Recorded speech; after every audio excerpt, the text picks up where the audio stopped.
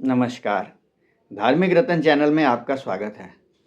आज हम आपके सामने संकीर्तना अवतार श्री चैतन्य महाप्रभु के बारे में वर्णन कर रहे हैं।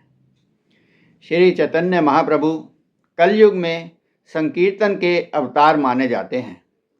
उन्हें हमेशा भगवान के प्रेम में ओत-प्रोत होकर संकीर्तन करते हुए ही देखा गया है।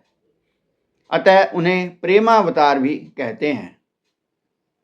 वे हमेशा हाथ में खड़ताल लेकर के नृत्य करते हुए संकीर्तन करते रहते थे। श्री चैतन्य महाप्रभु का जन्म सन 1407 में नवद्वीप नदिया जिला बंगाल में हुआ था। इनके पिता का नाम जगन्नाथ मिश्र था एवं माता का नाम शची देवी था। इनके जन्म के समय चंद्र ग्रहण लगा था और भक्तगण हरि बोल कह रहे थे। बड़े होने पर चैतन्य महाप्रभु ने भी अपने कीर्तन की धुन हरि बोल ही रखी।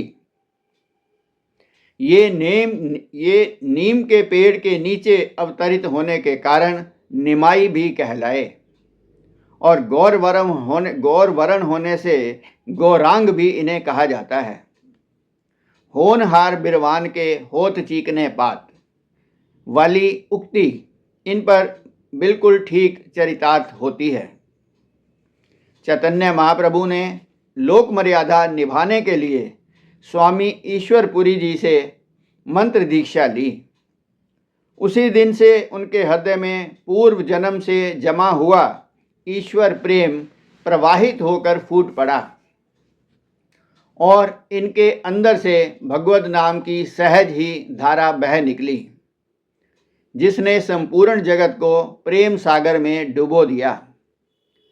ये श्री कृष्ण जी की भक्ति का गुणगान इतने भावपूर्ण तरीके से करते थे कि लोगों ने इनका नाम श्री कृष्ण चैतन्य ही रख दिया।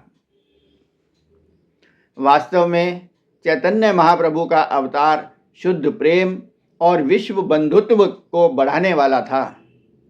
इन्होंने श्री राधा के रूप में भक्तों को राधा कृष्ण की भक्ति रूपी अमृत का पान कराया।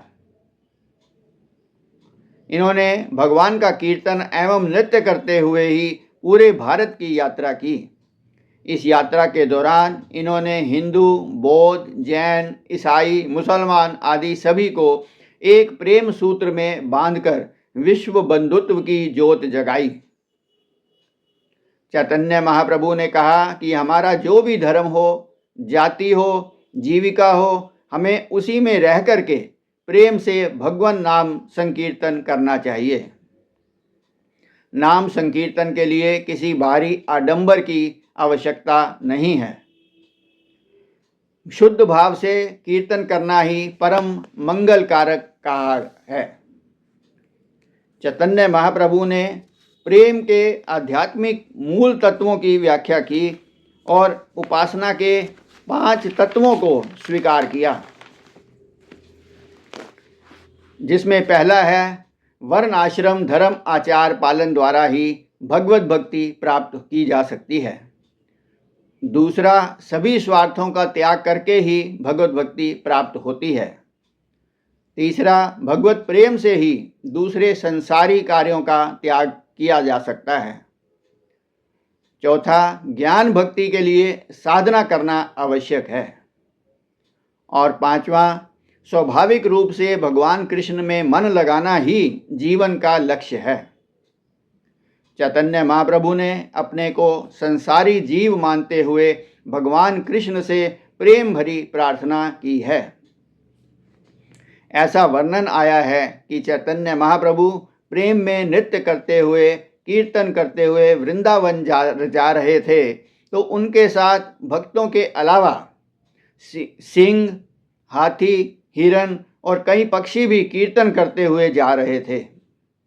धन्य हैं चैतन्य महाप्रभु, जिन्होंने पूरी प्रकृति को ही भगवान के प्रेम संकीर्तन का पाठ पढ़ा दिया। अनेकों भगवद विमुखों को संकीर्तन के रास्ते पर लगाया। चैतन्य महाप्रभु ने अपने को भगवान का दास मानते हुए दास्य भक्ति करने की प्रेरणा दी।